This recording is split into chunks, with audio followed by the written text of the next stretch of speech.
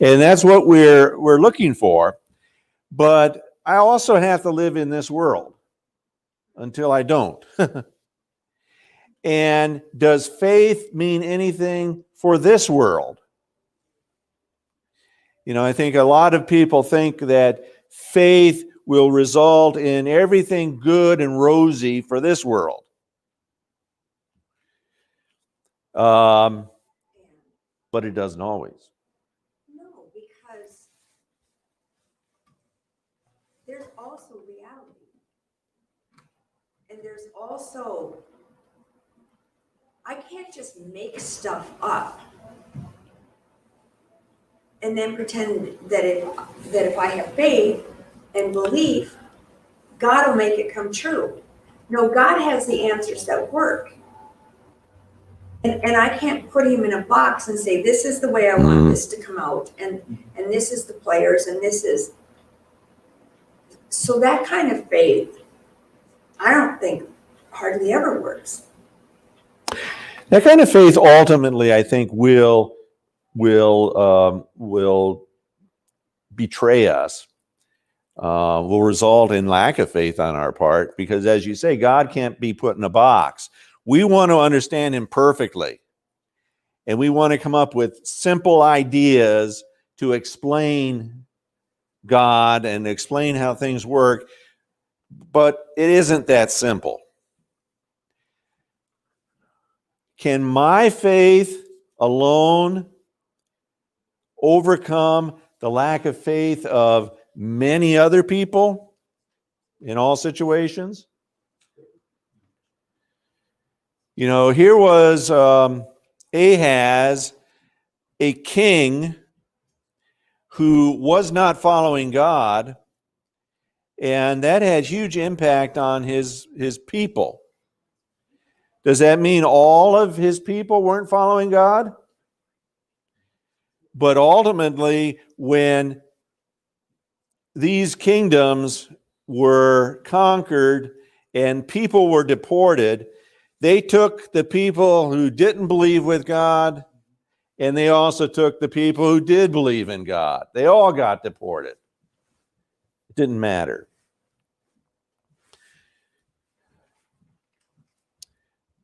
Things aren't as simple as we want to make them in real life.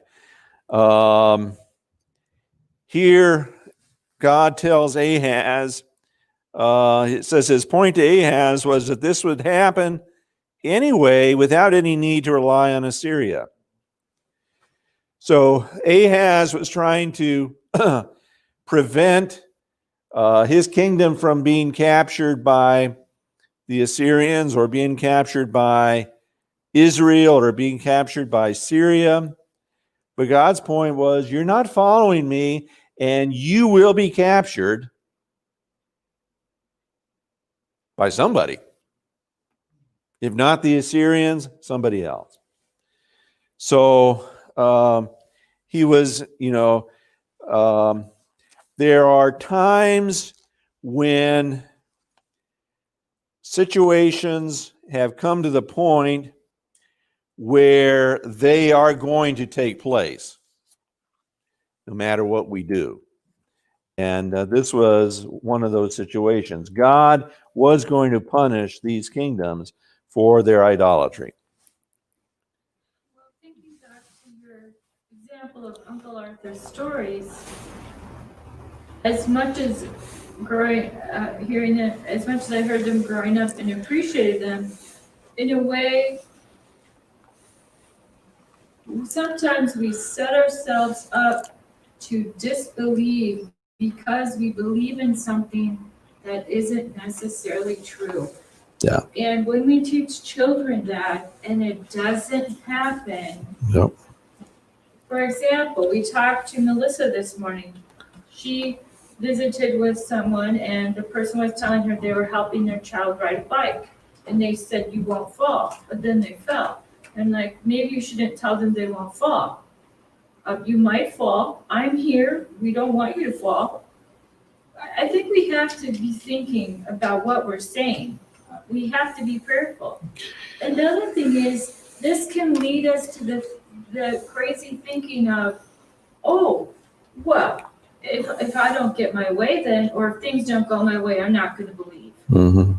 So that, this falsehood leads to another place. They're distant from God. I think Uncle Arthur had the best of intentions. Yeah. But looking back, as you say, not everything doesn't work out that way. It's not just beautiful all the time. You know, Sharon mentioned reality. Has anybody here who's ridden a bike never fallen off the bike?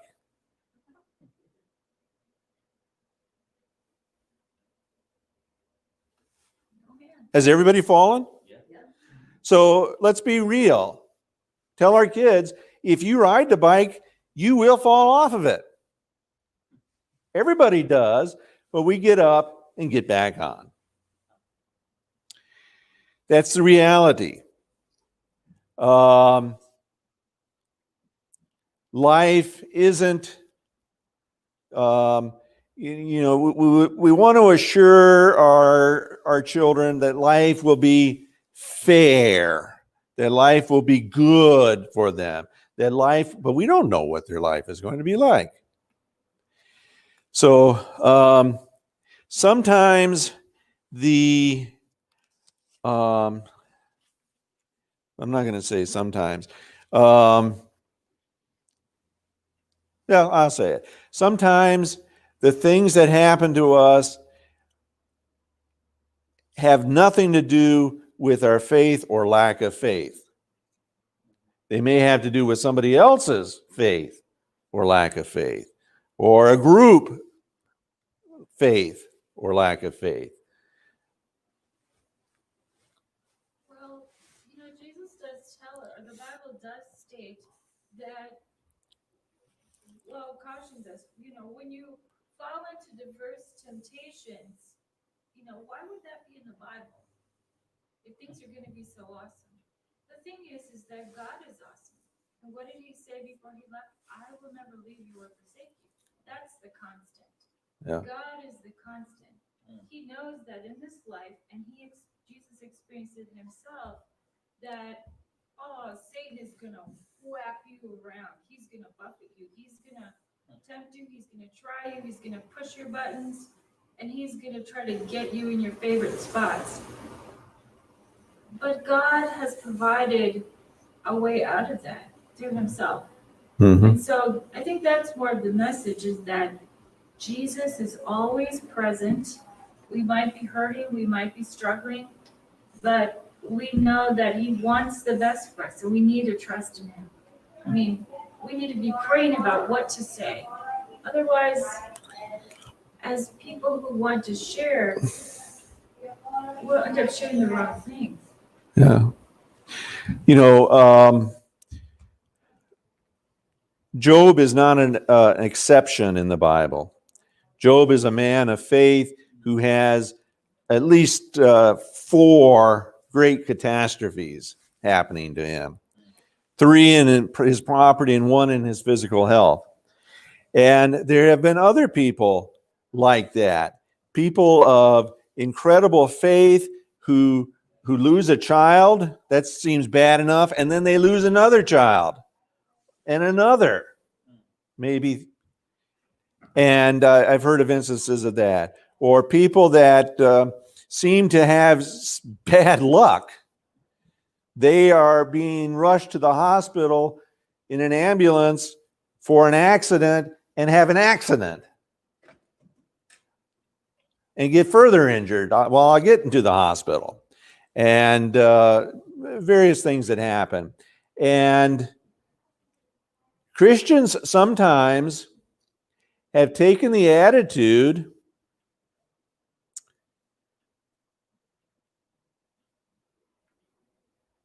there must be a spiritual failing in your life if that is happening. They use that on Job, and when God came in the picture, he told them they were wrong, and they still use that today. It's quite possible, but it is not really probable. Things happen. And so how do we we need to have the kind of faith that perseveres no matter what. Because as Stephanie said, in the end, we know the postscript to our lives. And we know that is only the result of faith, which is a way of describing a unwavering relationship with God. The kind that Shadrach, Meshach, and Abednego had when they said, we know he can save us from this furnace, King, but if he doesn't, we're still going to follow him. Go ahead. I had an aunt and uncle who had a house fire twice, and they lost their homes and everything they had. And yet my aunt said, between the church and the community, they ended up with more stuff than they had before. So here's a good example. Yeah. And so sometimes we want to make a choice between what is good and what is best. But sometimes our choices are between what is worse and what is worst. Sometimes we want the rose, but sometimes all we get is the rose stem. What is the purpose for our, the question comes to mind, what is the purpose of all of this anyway? I mean, is it just to try to, plug yourself into where you're supposed to be and, get the benefits? Or is there more? And I think children are smart enough, we can teach them that too, to say, God loves you and he wants you to have a happy life. And here are some ways, he's given us. Melissa was telling us this morning, related to a Bible study she was at last night. They were talking about the 10 Commandments, but they were looking at them as promises. Have you looked at the 10 Commandments as promises? Ever lately? I mean, it's more about God loves you so much that he wants you to be successful. He wants you to love your life, to live a happy life. Mm-hmm. And so knowing that you need him, you're designed to be in connection with him and to go to heaven, to be in heaven with him, you're predestined. You get to decide if you're not going to. You have to say, no, I don't want to. And then as you have this deep relationship with God, you're going to end up having these trials, yes, but amazing relationships with others. Yeah. And people will be drawn to God. This was more of the purpose. And I think sometimes, as Lester, you and I have talked about growing up in church, Sharon could probably agree, most anyone can agree, sometimes we do focus so much on the rules because we feel safe in them. And if we feel like we're following them, then, okay, good, we check the box. But it's more than that. I think it's we need to really project Christianity in a positive sense. I think when I was growing up, it was projected more in the case, at least regarding the 10 Commandments. Here are 10 things you like to do that God has chosen as tests to if you don't do them, he's ultimately going to give you a reward. You're not going to be happy in this life, of course, but there's the next life where you get to sit on a cloud and strum a harp. Yay. And there are people that view Christianity today that way. Christianity is for young children and old women. But between childhood and dribblehood, I'm going to grab all the gusto I can. And then when I become an old person, well, maybe then I'll take up this religion idea because what do I have to lose? But when God gave the 10 Commandments, was he trying to prevent us from having pleasure or was he trying to prevent us from hurting ourselves and others? By giving us 10 simple, really pretty easy to follow. I mean, how hard is it to follow the 10 Commandments, really?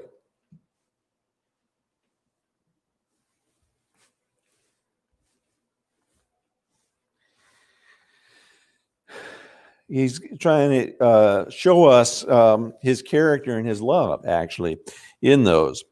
So, it says, thus, for Ahaz, the man of fear rather than faith, the good news from God was that Syria and Israel would be wiped out. The bad news was that Assyria, the ally and friend he had chosen to help him, would turn out to be far more dangerous foe than Syria and Israel had been.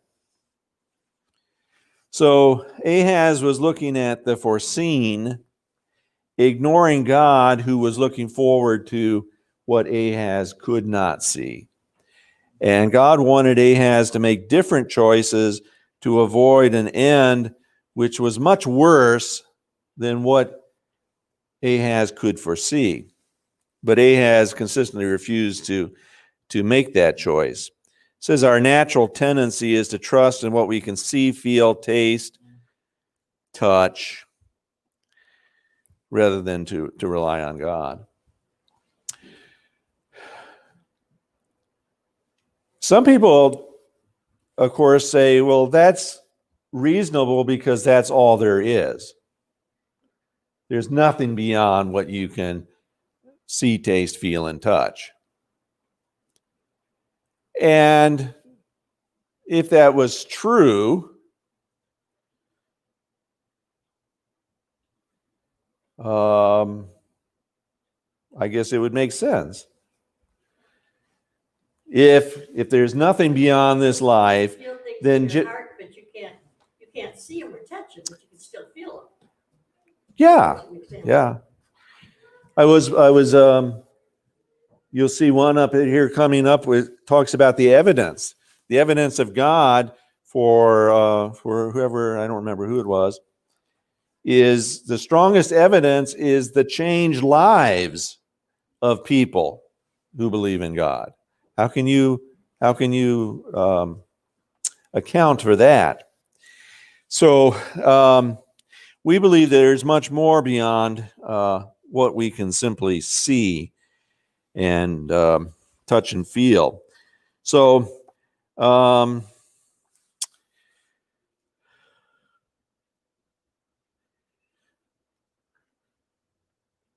Lord would be with the faithful servants of his people and restore them to their land. So here we had a couple of deportations, really. We had Israel conquered the northern kingdom, and those people were deported someplace, and they never came back. They never returned. They were simply absorbed and lost. They're called today the lost 10 tribes of Israel.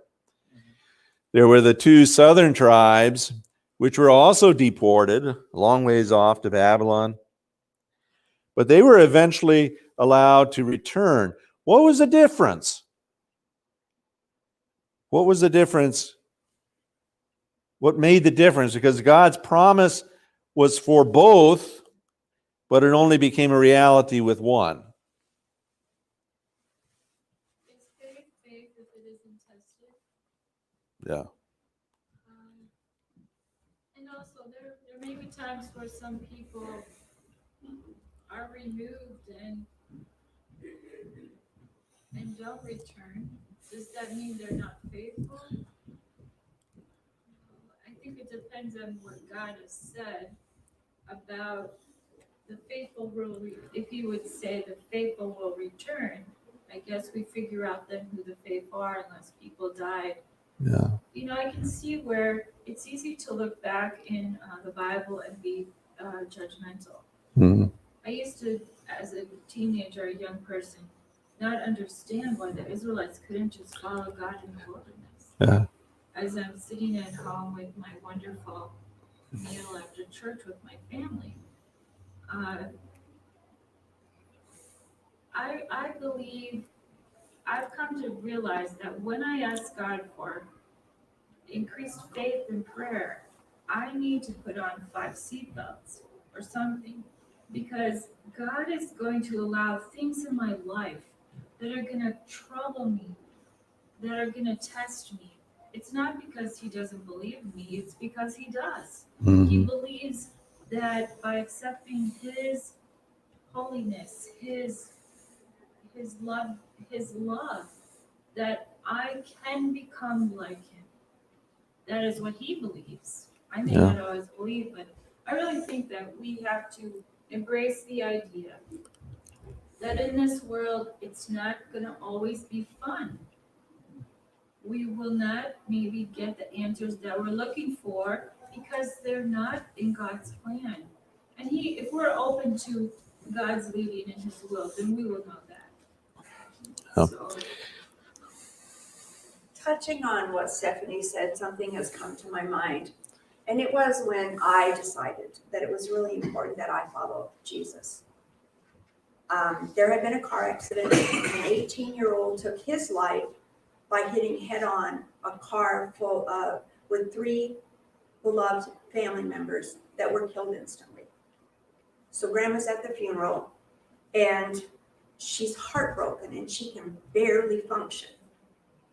And at one point, she just begs God to help her. And she said the peace began here and went all the way here. And all of a sudden, it didn't matter why. Nothing mattered, but God was there. She didn't have to overthink it anymore. She didn't have to wonder.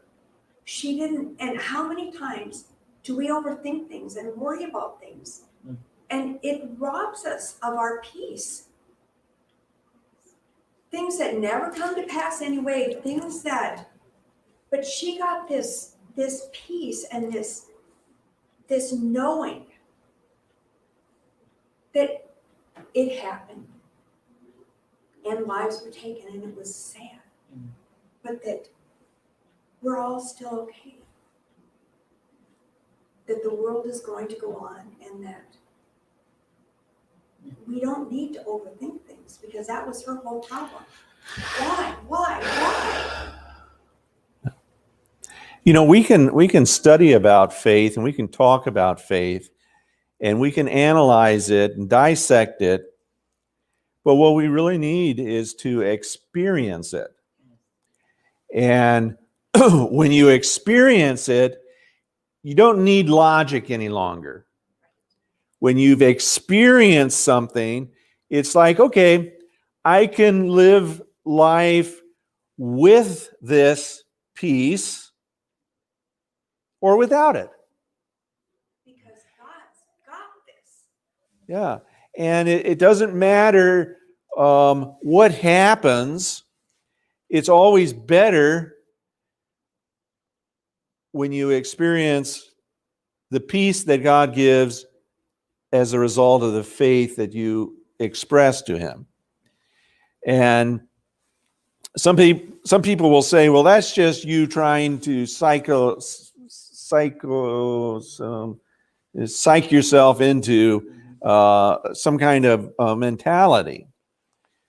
Okay. If that's all it is, it's better than what you got. And if it's real, well, it's certainly better than what you got.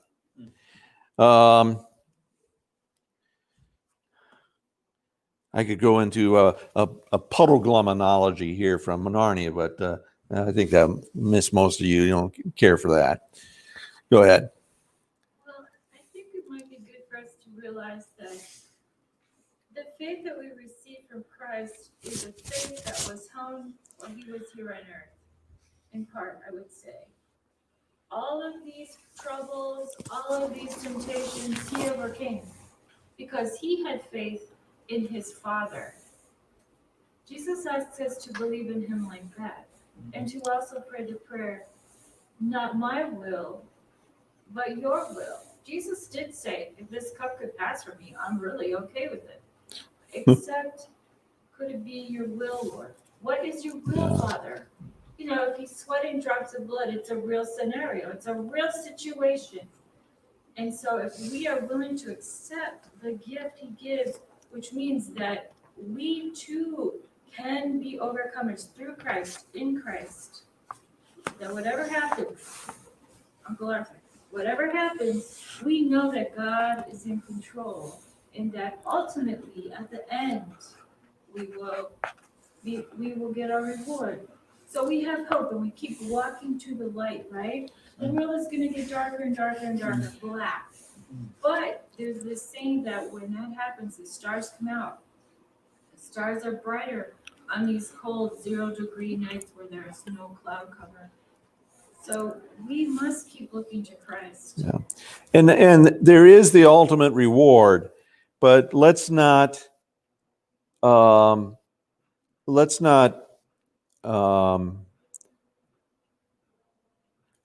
let people think that, if we grit our teeth and we'll get an ultimate reward.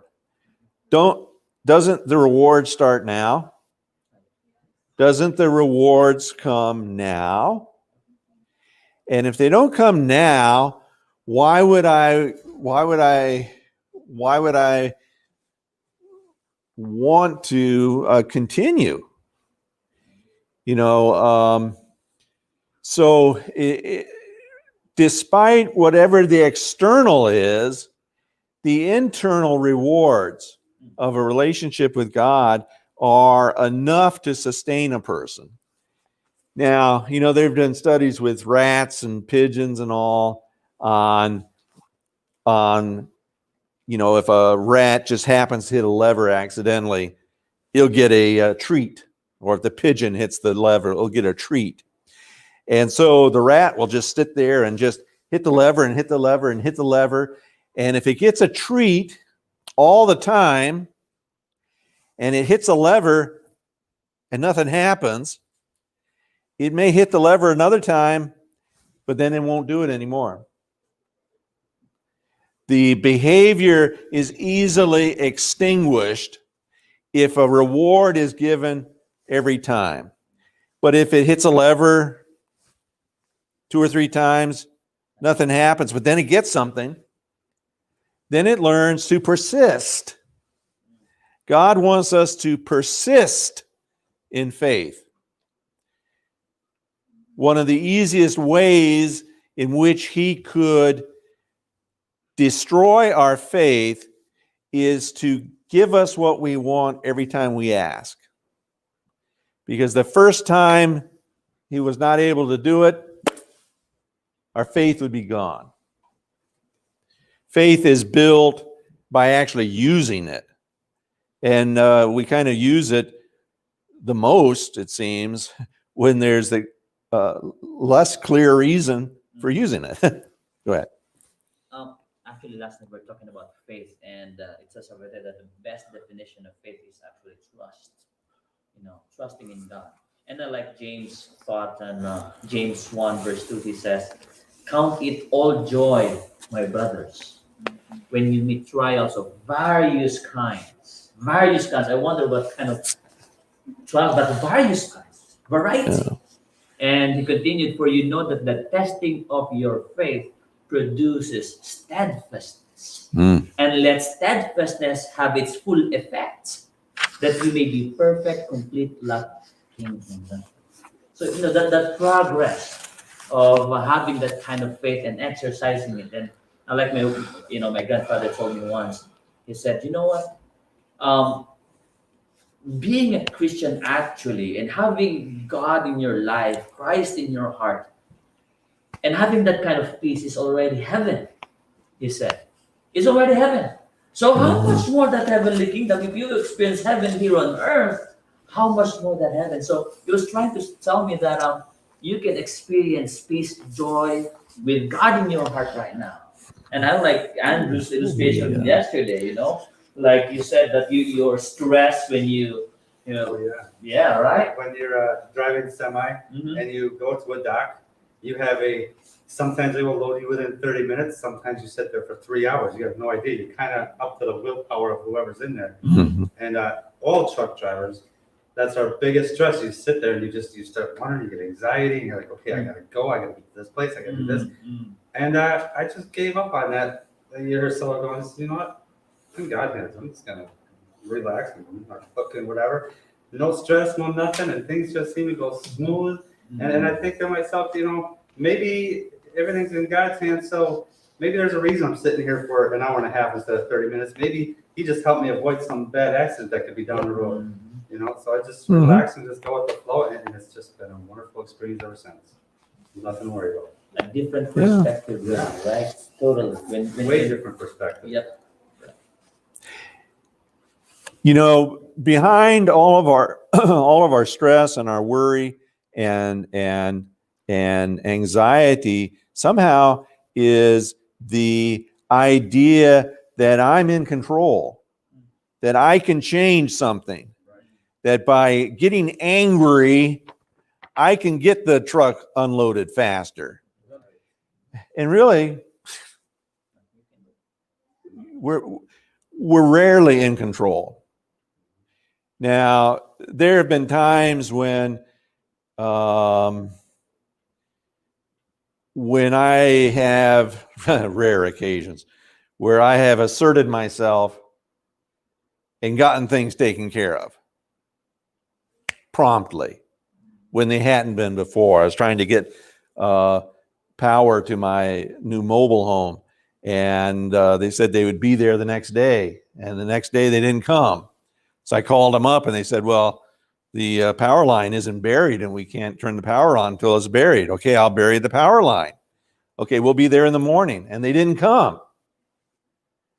And I called them up at the end of the day again. And they said, well, the power line wasn't buried. And I said, well, I buried it yesterday like I said I would. And you said you'd be here first thing in the morning. Oh, okay, well, we'll be there first thing in the morning. And I said, what about being there today? Oh, there's no way we can do that. Well, I said, well, look, you said you would be here first thing in the morning 2 days ago, and you said you'd be here first thing in the morning yesterday, and now you're telling me you're going to be here first thing in the morning tomorrow. Why should I believe you? I want it done now. And they were there 5 minutes, and the guy couldn't even click the switch. He unlocked the box and I had to turn it on myself. And I thought, great. That's all it took. But sometimes asserting yourself can result in what do they say? The squeaky wheel gets the oil. Sometimes you need to be a squeaky wheel, but knowing when accepting things like you said makes life a lot more He's just peaceful. telling the truth. Huh? He's just telling the truth because there Yeah. is no tomorrow. You're right. There is today, but tomorrow. Yeah. Tomorrow. Yeah. Well, one final thought here, maybe a couple here, but nothing to fear when we fear God Himself.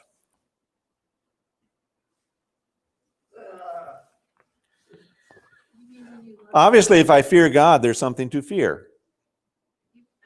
And there is only one meaning of fear today.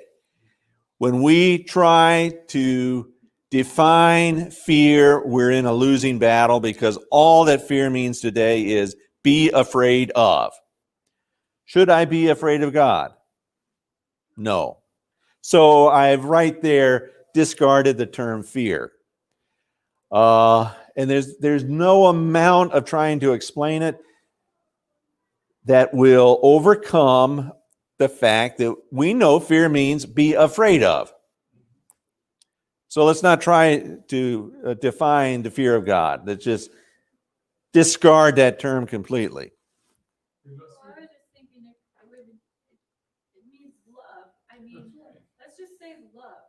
Let us just Yeah. It means love and respect. Even though Love and respect, let's use the terms that we understand and not put in terms here that cloud our understanding of God. You know, I think the biggest buzzkill to faith and God is other people. I believe that the Bible tells us repeatedly to be joyous and to live our lives abundantly and with great joy. And then someone will come along and say, "Oh, are you kidding? He's going to test you and test you." You know, You're too happy right? to be authentic Christian. People, come on. Quit telling each other how to experience God. Experience Him for yourself. Yes, some people believe that if you're too happy, don't be happy. I know somebody like that. Don't be happy because something negative is going to come and it's going to rob your joy. So if you're really happy, you're setting yourself up Right? for a big fail. Or how about And the I'm person like, that blew on me really? because I taught my kids that God is love. Period. And call on Him no matter what. So you've just done something really stupid and you're embarrassed, you need His help, call on Him because He's still right there. He is love. You know, there's different ways to worship God. There's celebration church services. And just because we are uncomfortable with raising your hands maybe or somebody moving to the music or something like that, we want to pan these forms of worship, the ways of worshiping God. And I think we need to be very careful about that because I could go to Philippines maybe, I don't know. Do they worship God exactly the same way? Do they sing the same hymns? I don't know. Some places there would be different music. We can go to African American churches. They're different. Just because we have a cultural response to God means really we need to allow others to have a cultural response to God who don't come from my same culture and be very open. I hope I've become more open in recent years. And I think going to my Kathy Tricoli concerts and experiencing somebody who's not an Adventist, but who clearly, to me, exhibits the love of God, says a lot about God's love. And are only Adventists going to be saved? I think in some instances, the Bible would almost say, are any Adventists going to be saved? Will there be any loyal Jews? Will there be any people who claim to be faithful to God? It's going to be more like it. But the Bible says perfect love cast out what? All. What are some things that non-Christians fear, are afraid of, that true Christians do not need to be afraid of? Well, you see it in the hospital often is death. Yes. Death. Now, with a correct understanding of death, what is there to be afraid of after you die? I mean, Sometimes I question why wait so long. what? If your next conscious thought is gonna be heaven, then why wait so long? Yeah. Yeah, it's like let's just speed it up, like some cult groups have done. What are some other things that a relationship with God turns fear into faith? What are some other things that people fear that we don't have to fear? Illness. Same thing. Fear of the unknown. The Bible lays it out for us. Yeah. We can see, I think we're getting a greater picture now of where we are in history. But that's not something we have to be afraid of. In a way, it's kind of exciting because Yeah. we know we're one day closer to Jesus coming. I think part of it is just, what kind of perspective do we want to have? Do we want to go around feeling sad and spreading that around? Or are we thankful for what Jesus has done for us in the past, what he's doing for us today? He promised to be with us in the future, so we can bank on that. Yeah. We're not usually doing a lot of bets, but we could bet on it. Now, I think there is a misunderstanding that some people have, and that is that faith removes all cause for fear. So why do we have to wear masks and practice social distancing and wash our hands if we have faith in God? Nothing bad will happen to us, right? We're not going to get sick. Well, there's faith and there's presumption. Presumption.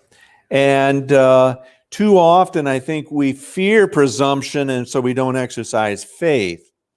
But I think there's another extreme where people exercise presumptuous faith in not taking their children to the doctor maybe when they're sick, not seeking medical help when there is medical help available.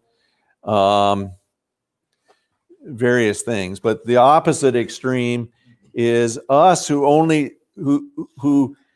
are more inclined today to discount miracles ourselves by thinking that God doesn't heal miraculously. The way he heals is through a physician. But is God capable of miracles today? I think he is, and I think he would be more well thought of if we would give opportunities for miracles. So there's a kind of fine line between true faith and presumption. Then